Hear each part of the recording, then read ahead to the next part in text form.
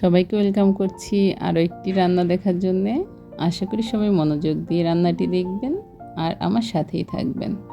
তো আমি এখানে নিয়ে নিয়েছি 1 কেজির মতো বেজিন হাঁস। তো মাংসটা ধুয়ে চিপে একবারে জল ঝরিয়ে নিয়েছি। তারপরে আমি এর মধ্যে একে একে দিয়ে দিয়েছি পেঁয়াজ, রসুন, কাঁচামরিচ আর লবণ, হলুদ, একটুখানি শুকনো মরিচের গুঁড়া আর পরিমাণ মতো সরিষার তেল দিয়ে ভালোভাবে মেখে আমি আধা ঘন্টা রেস্টে রেখে দিয়েছিলাম। তো রেস্টটা শেষ হয়ে গেছে। এখন আমি কড়াই বসিয়ে দিয়েছি চুলায় আর তেলটা গরম হয়ে গেছে। তো তেলটা গরম হওয়ার পরে আমি এখানে কিছুটা ফোড়ন দিয়ে দিয়েছি আর ফোড়ন দেওয়ার পরে আমি আলুগুলো ভেজে নিচ্ছি। তো এখানে আমার একটু ভুল হয়েছে, আলুগুলো আগেই ভেজে নিতে হতো, কিন্তু আমার মনে ছিল না। যাই হোক, এটা সবাই ক্ষমা সুন্দর দৃষ্টিতে দেখবেন।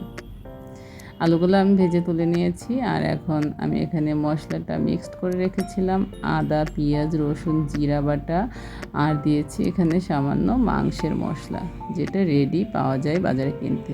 হ্যাঁ, তো ওইটাতেই আমার মনে হয়েছে যে অনেকটা বেশি স্বাদ হয়েছে।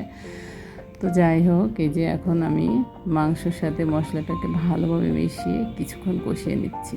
আর আমি না প্রেশার কুকারে দেওয়ার আগে তো এমনিতে এভাবেই কষিয়ে নিই আগে। আর এখন ওই যে ভেজে রাখা আলুগুলো আমি দিয়ে দিলাম। আলুগুলো দিয়ে আমি আরও কিছুক্ষণ মাংসটাকে কষাবো।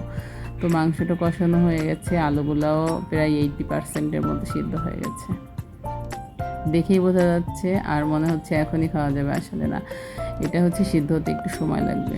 তাই আমি এখন প্রেশার কুকারে ট্রান্সফার করছি। তো প্রেশার কুকারে দেওয়ার আগে আমি আলুগুলো তুলে রেখেছি, না হলে আমি আসলে আলুগুলো আর খুঁজেই পাবো না। তো সিটি তো বেজে গেল, আর কিসের অপেক্ষা, খাওয়ার জন্যে সবাই পাইচারি শুরু করে দিয়েছে। আর আমি এই যে কড়াইতে নামিয়ে নিয়েছি, আবারও নামিয়ে আমি আবার আলুগুলোকে দিয়ে কিছুক্ষণ ফুটিয়ে নিব।